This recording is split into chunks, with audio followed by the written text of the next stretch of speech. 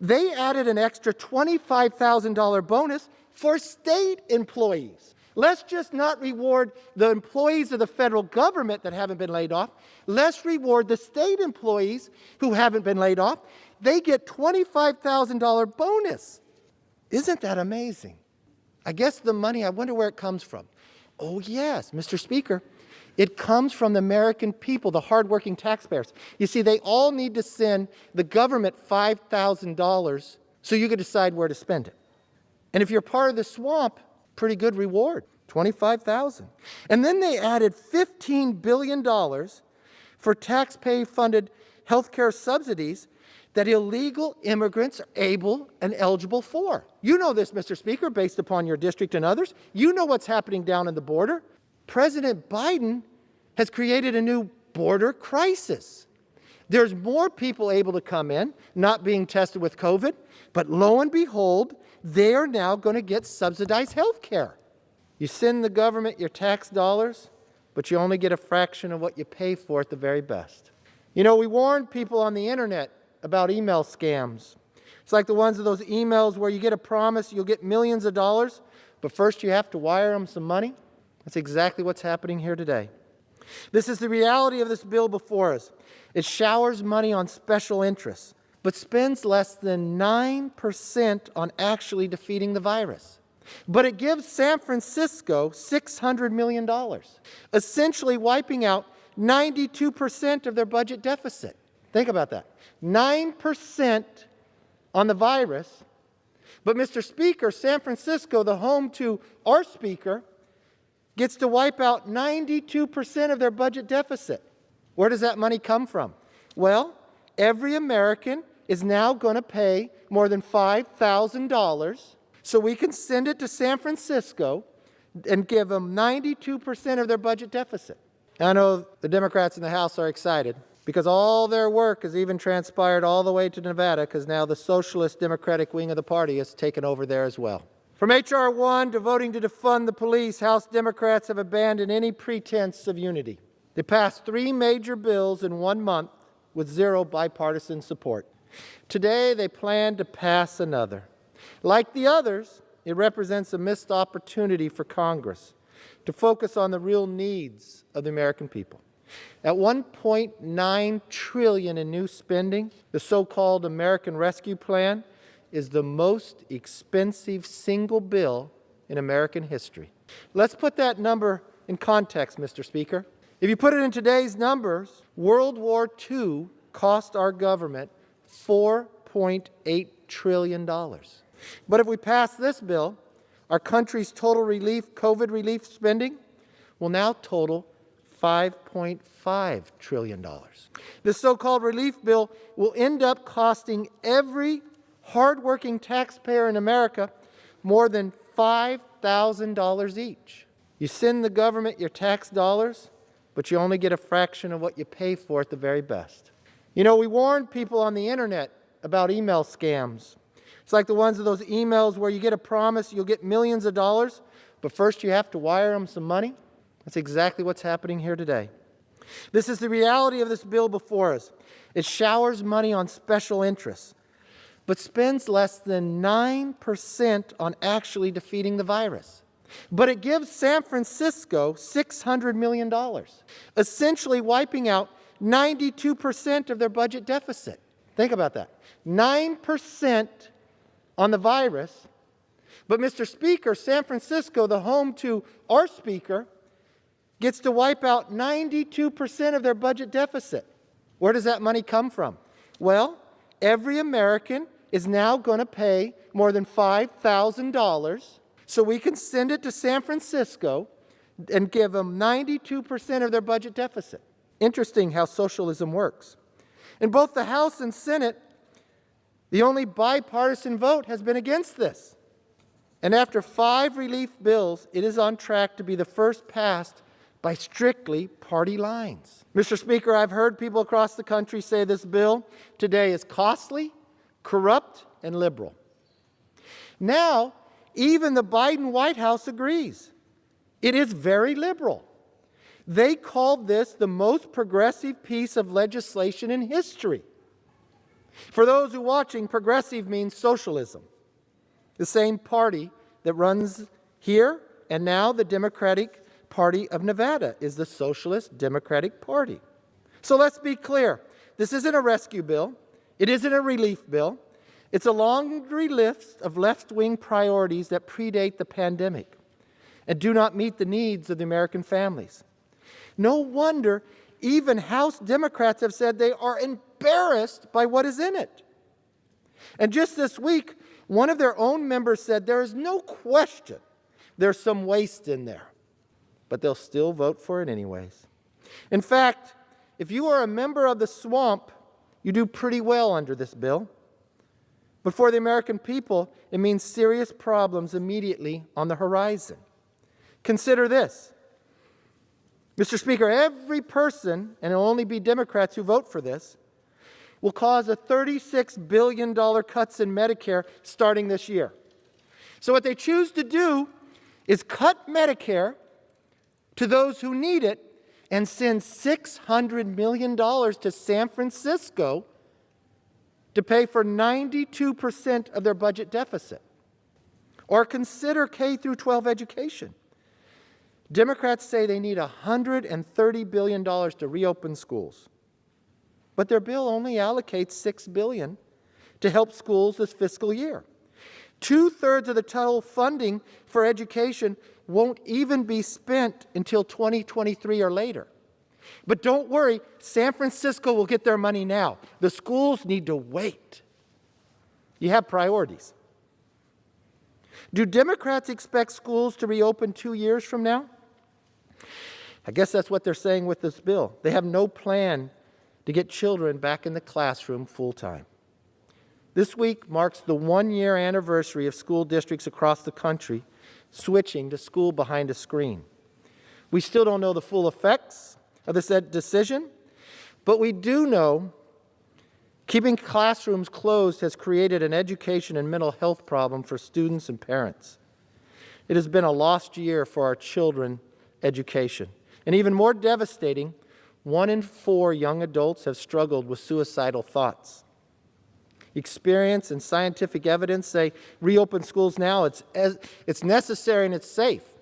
Mr. Speaker, the last time this bill was on the floor, we offered an amendment to take that money for that subway just outside of San Francisco and put that money for the children's mental health and others. Unfortunately, Mr. Speaker, all the Democrats said no, that subway by San Francisco was more important. But fortunately, we were able to remove that from the bill in the Senate.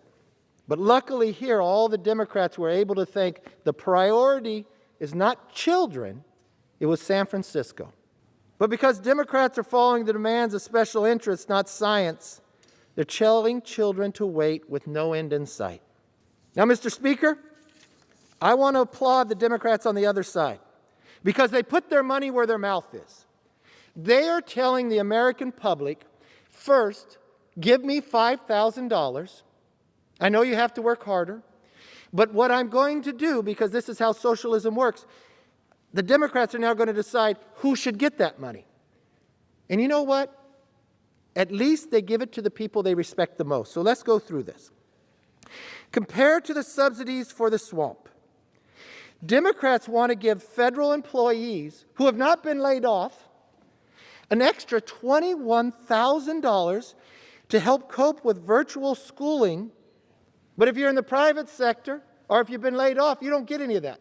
But what they want to do is take the money from you, give it to any federal employee, gets a bonus of $21,000, even though they've never been laid off work. So if you're in Washington in the swamp, you're part of the team. If you're a hardworking taxpayer, sorry, you just send a bill. But if you're in San Francisco, we're going to help pay for your deficit. What does it say to the millions of mothers and fathers who had to quit their job to take care of their kids at home and in school? Or compare that to Title X.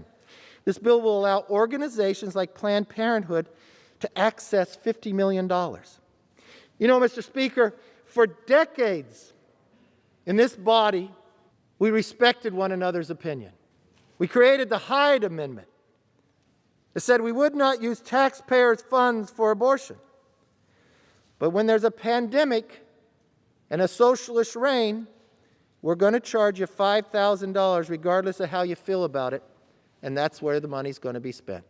Now, what the Democrats believe, schools should wait a couple years to get their money, but not Planned Parenthood. We've got to get that money there quick. Or compare it to how we fund states, Mr. Speaker. We've always had a formula. But, Mr. Speaker, now that we're going to do this bill this way, where it's only one-party rule, we're going to change the formula of how states can get their money. So let's analyze that. Democrats claim states and local governments need $350 billion. Now, where do they get that number? Well, if they read the headlines, it would confirm states are not in financial distress. Nearly half saw an increase in revenue last year.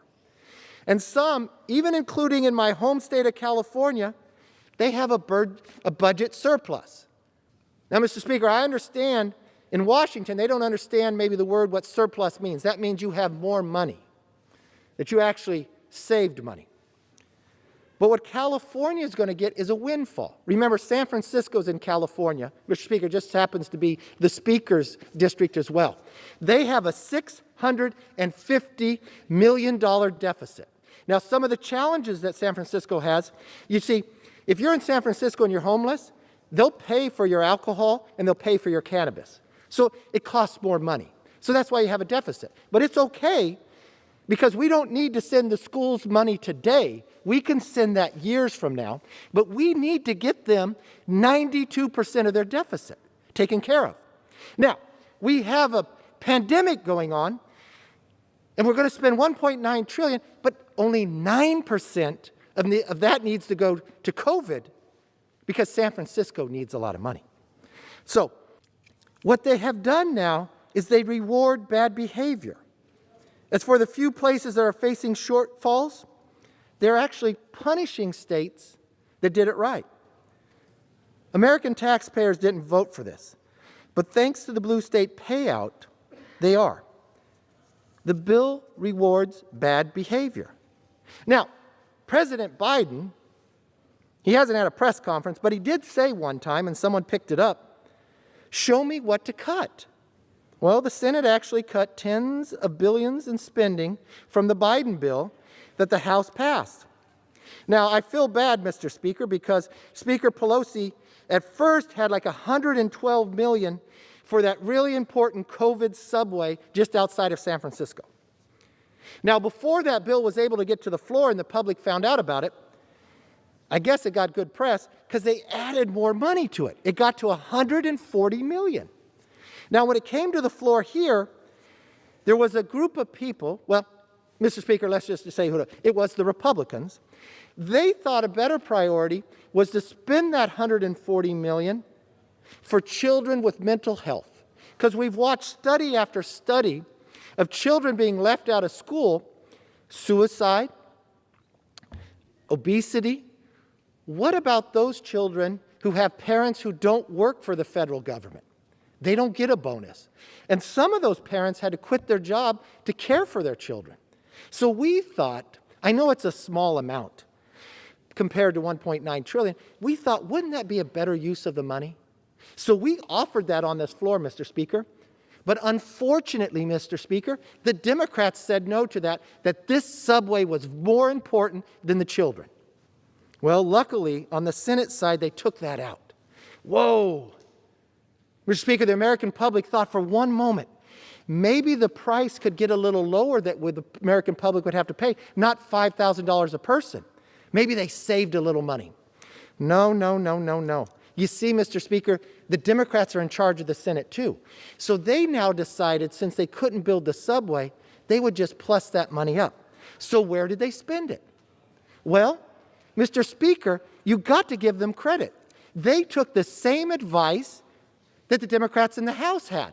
You see, they added an extra $25,000 bonus for state employees. Let's just not reward the employees of the federal government that haven't been laid off. Let's reward the state employees who haven't been laid off. They get $25,000 bonus. Isn't that amazing? I guess the money, I wonder where it comes from. Oh yes, Mr. Speaker, it comes from the American people, the hardworking taxpayers. You see, they all need to send the government $5,000 so you can decide where to spend it. And if you're part of the swamp, pretty good reward, $25,000. And then they added $15 billion for taxpayer-funded health care subsidies that illegal immigrants are able and eligible for. You know this, Mr. Speaker, based upon your district and others. You know what's happening down on the border. President Biden has created a new border crisis. There's more people able to come in, not being tested with COVID, but lo and behold, they are now going to get subsidized health care. Luckily, we could spend more money on that, Mr. Speaker. There's probably much more coming now with the Biden border crisis. But will this help the people get back to work? Nope. Will this help students get back in the classroom? Nope. But will it help vaccines get to those who want it? Nope. But will it help take care of 92% of San Francisco's budget deficit? Oh, yes, it will. Yes, it will. It just throws out money without accountability.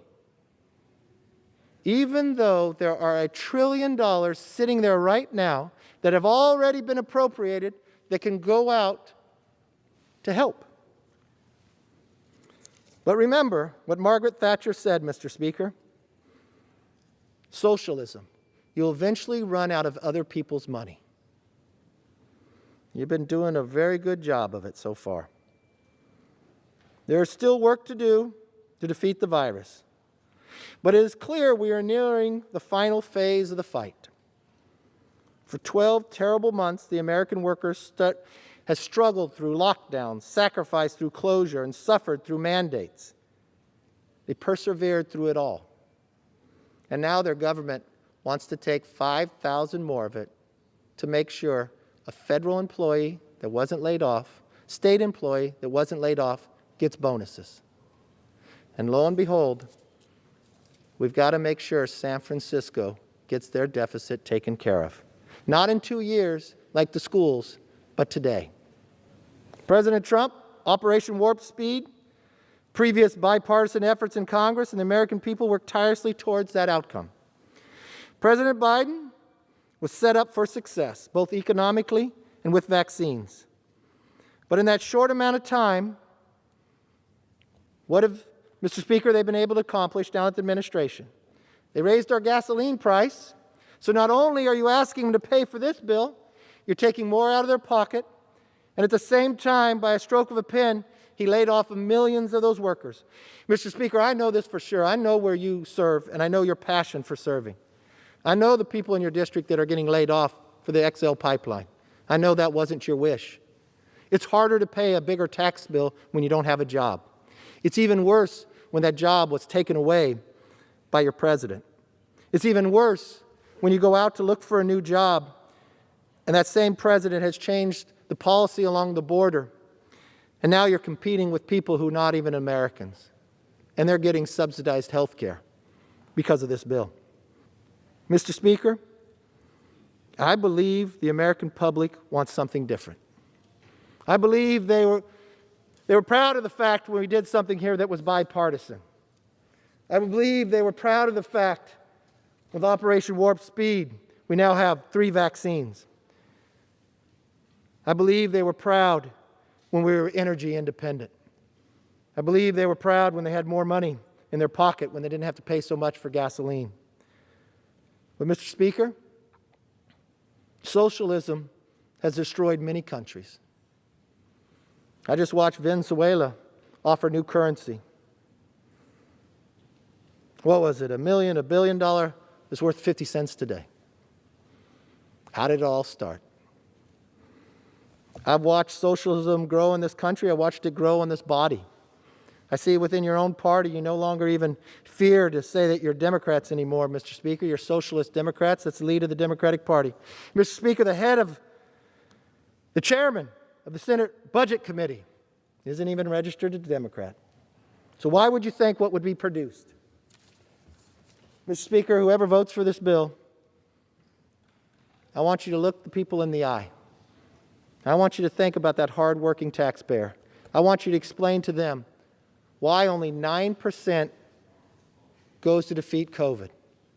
Why do they have to give $5,000 and you redistribute it to people who weren't even laid off? You give bonuses to the things you care most about. Mr. Speaker, I've heard our speaker say many times, where you spend your money shows your values. Well, she does represent San Francisco, Mr. Speaker, but we don't. 92% of the budget deficit of San Francisco is going to be paid with this bill. But for that parent out there who is struggling, that for the last year, that has had to be the teacher, the tutor, the coach, the music instructor, the recess participant, help is not on the way. Help is not on the way. For those who have studied government and always thought working something bipartisan would be positive, that's no longer the case. For those who thought they could have a fair debate on a floor, they take away even the offer to have an amendment. And when we do, and we prioritize the children of this nation over a subway in a district not far from our speaker, the majority party walks in line. Mr. Speaker, we are so much better than this. We proved it 5 other times. What a difference it makes by a simple new control of a power that people want. Mr. Speaker, when you study history, there's a saying in a book called The Prince, Machiavellian. Absolute power corrupts absolutely. Absolute power corrupts absolutely. The first indication to know if it happens, take a look at the vote. There'll be a bipartisan vote against this bill. You could wave to me, it's okay. I want you to wave to the American public when they have to wave away $5,000. So a federal employee that never been laid off gets a $21,000 to deal with their children being at home. Who's going to represent them? Who's going to be their voice? Mr. Speaker, I'll promise you this. We will never stop listening to those voices. We will never stop fighting for those voices. And there will be a day that will be the majority voice in this House. Unfortunately, Mr. Speaker, I have not seen that this year. History will not be kind to what transpires today. But I still believe that America is a great hope for the future. That we're all conceived in liberty and dedicated to the proposition that we are equal. But in this body, it seems as though only one can have a voice. But that will not last long, and that will change shortly. With that, I